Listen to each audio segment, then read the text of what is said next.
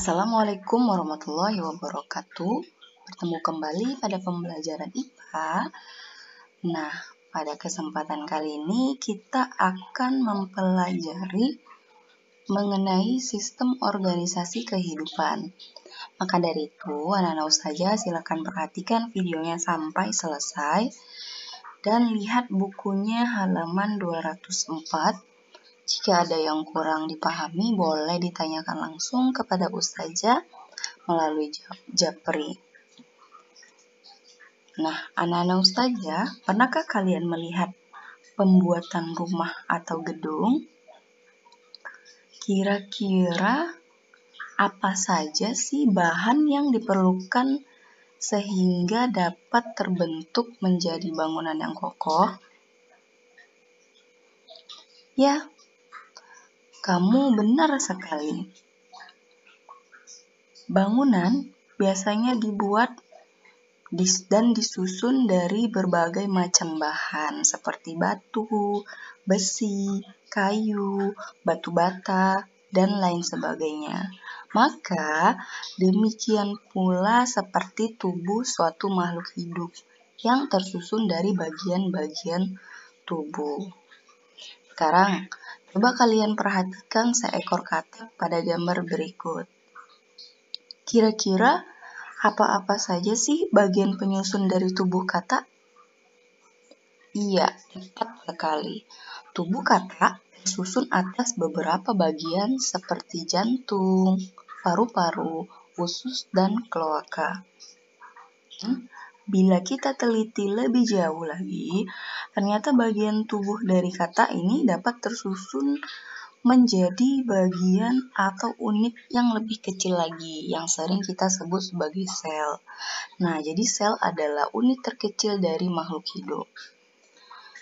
Kemudian, berdasarkan jumlah sel penyusunnya, makhluk hidup dibedakan menjadi dua, yaitu uniseluler dan multiseluler, di mana uniseluler adalah makhluk hidup yang tubuhnya tersusun atas satu sel. Biasanya makhluk hidup uniseluler ini contohnya adalah amuba, paramecium, bakteri, alga hijau. Kemudian ada makhluk hidup multiseluler, yaitu makhluk hidup yang tubuhnya tersusun atas banyak sel. Biasanya makhluk hidup multiseluler ini contohnya serangga, cacing, ikan, burung, kelinci, dan lain sebagainya. Nah, susunan dari organisasi makhluk hidup dari mulai yang terkecil sampai yang terbesar, yaitu dimulai dari sel. Kemudian kumpulan dari beberapa sel membentuk jaringan, dan gabungan dari beberapa jaringan akan membentuk organ. Kemudian organ membentuk sistem organ sehingga terbentuklah satu organisme atau satu individu. Kita masuk ke bagian yang selanjutnya, yaitu mengenai sel. Apa sih sel itu? Nah, jika kita membagi-bagi bagian tubuh dari makhluk hidup sampai yang terkecil sampai yang tidak dapat kita lihat lagi, itulah yang disebut dengan sel. Jadi sel merupakan unit terkecil makhluk hidup yang mampu menjalankan semua fungsi kehidupan dan sifatnya mikroskopik atau sangat kecil ukurannya, sehingga jika kita ingin melihat, kita harus menggunakan bantuan alat yaitu berupa mikroskop. Nah, sel berasal dari bahasa Latin yaitu cellula yang artinya kamar-kamar kecil, dan istilah sel pertama kali dikemukakan oleh Robert Hooke pada tahun 1665. Ia melihat ruang-ruang kecil pada irisan tipis gabus tutup botol. Nah, kira-kira apa-apa saja sih bentuk-bentuk dari sel? Iya, benar sekali. Sel memiliki bentuk yang bermacam-macam, seperti ada yang berbentuk bulat, persegi, silindris, atau seperti tabung, kemudian pipih, kubus, dan ada juga bentuknya yang tidak beraturan. Nah, di sini ada gambar penampang bentuk dari sel hewan dan sel tumbuhan. Ada bagian-bagian dari sel, yaitu ada mitokondria, kemudian badan Golgi, inti sel, retikulum endoplasma atau RE, kemudian ada ribosom, ada membran sel, ada lisosom, ada inti sel, dan lain sebagainya. Dapat kalian lihat melalui gambar. Nah, yang selanjutnya kita masuk ke dalam struktur sel. Setiap sel pada umumnya terdiri atas 3 bagian, yaitu membran sel, sitoplasma, dan inti sel. Kemudian biasanya di dalam sitoplasma terdapat organel-organel sel. Baik, kita bahas satu persatu. Yang pertama mengenai membran sel. Dapat kalian lihat di gambar bagaimana struktur yang terdapat di dalam membran sel. Nah, membran sel ini sendiri merupakan selaput sel atau bagian sel yang paling luar yang biasanya membungkus seluruh isi sel. Jadi, membran sel ini berfungsi sebagai pembungkus sel. Kemudian sebagai pelindung sel, pengatur keluar masuknya zat, dan bersifat semi permeabel atau hanya bisa dilalui oleh air dan zat-zat tertentu yang terlarut. Nah, membran sel sendiri tersusun atas senyawa yang terdiri atas senyawa utama yaitu lemak atau senyawa lipid, kemudian protein dan sedikit senyawa karbohidrat pada sisi luar membran.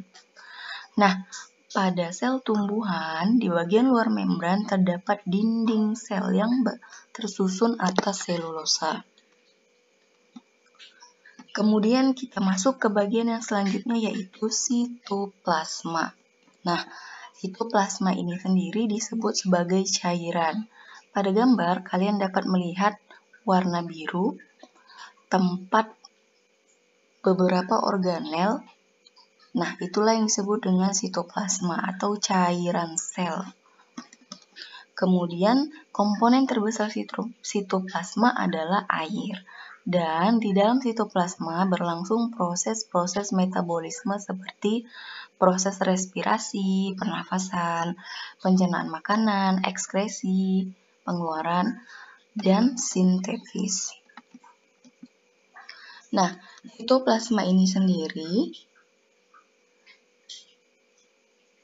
dilengkapi dengan berbagai organel-organel atau bagian-bagian kecil.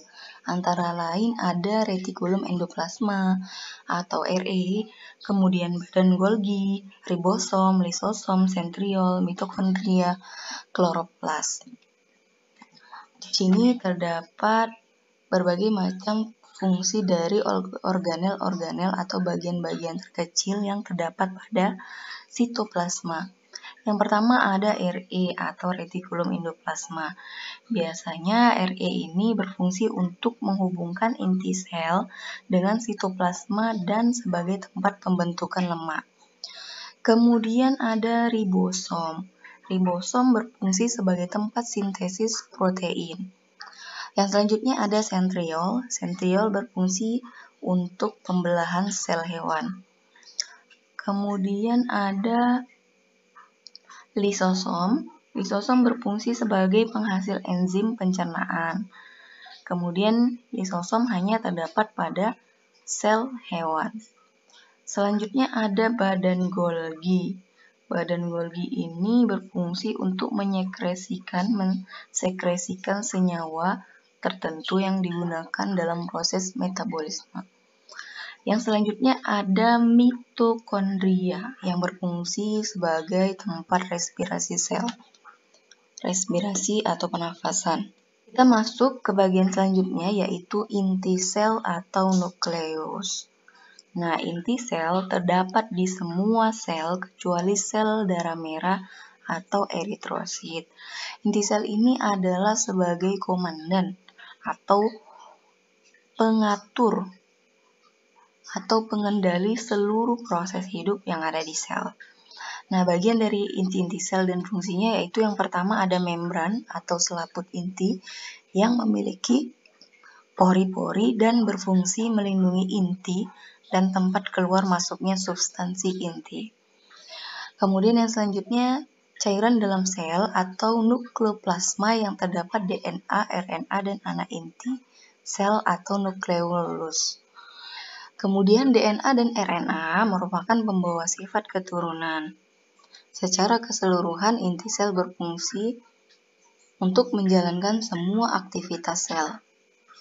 Nah, di sini dapat kalian perhatikan bagaimana bentuk dari nukleus atau inti sel yang terdiri tadi dari pori-pori nukleus, kemudian ada selaput inti, kemudian ada nukleoplasma, dan ada benang-benang kusut yang bentuknya seperti benang-benang kusut disebut dengan kromatin.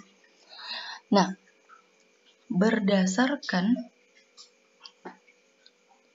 ada atau tidaknya membran inti, sel ini dapat dibedakan menjadi dua macam, yaitu sel prokariotik dan sel eukariotik. Sel prokariotik adalah sel yang tidak mempunyai membran inti, sehingga materinya tersebar di sitoplasma, contohnya bakteri. Kemudian ada sel eukariotik, yaitu sel yang memiliki membran inti, sehingga materi inti sel tidak tersebar dalam sitoplasma. Contohnya ada jamur, protista, tumbuhan, dan hewan. Yang selanjutnya ada perbedaan sel hewan dan sel tumbuhan.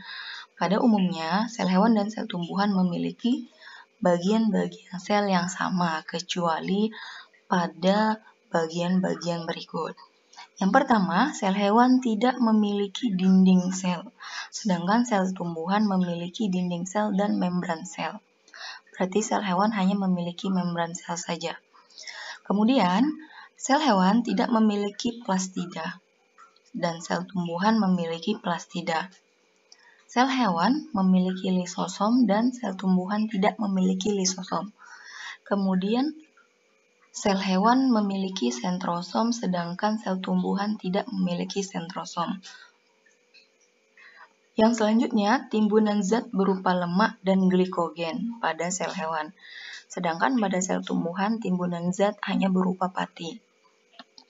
Sel hewan berbentuk tidak tetap sedangkan sel tumbuhan berbentuk tetap. Pada sel hewan tertentu memiliki vakuola dengan ukuran yang kecil dan jumlah yang sedikit. Sedangkan pada sel tumbuhan memiliki vakuola dengan ukuran besar dan berjumlah banyak. Baik, anak-anak ustazah, silakan kerjakan tugas berikut, yaitu gambarkan bentuk sel hewan dan sel tumbuhan yang dapat kalian lihat pada bagian pembahasan mengenai sel hewan dan sel tumbuhan. Nah, silakan gambarkan di kertas HVS dengan bagian-bagiannya secara lengkap. Mungkin ini saja yang dapat Ustazah sampaikan. Lebih dan kurang Ustazah mohon maaf. Semoga apa yang Ustazah sampaikan bermanfaat. Ustazah tutup. Assalamualaikum warahmatullahi wabarakatuh. Kita akhiri dengan hamdalah. Alhamdulillahirabbil alamin.